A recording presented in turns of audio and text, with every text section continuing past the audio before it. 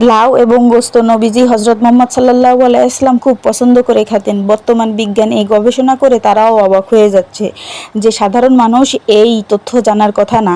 কিভাবে একজন মানুষ জানতে পারে যে লাউ এবং গোস্তর ভিতরে কি রয়েছে। লাউ এবং গোস্ত একসঙ্গে খেলে গোস্তের ভিতরে যে কোলেস্টেরলগুলো রয়েছে সেই কোলেস্টেরলগুলো, ক্ষতিকর কোলেস্টেরলগুলো লাউয়ের সাথে মিশে একটা ভালো মানের খাবার তৈরি হয়ে যায়। নবীজি হজরত মোহাম্মদ সাল্লাল্লাহু আলাইহি ওয়াসাল্লাম এজন্য বলেছেন, তোমরা গোশ কম খাবে এবং দুধ বেশি খাবে। গোশে হচ্ছে রোগ রয়েছে আর দুধে শেফা রয়েছে। মাশাআল্লাহ, নবীজির একটি খাবারের ভিতরে সবথেকে পছন্দের খাবারের তালিকায় রয়েছে লাউ।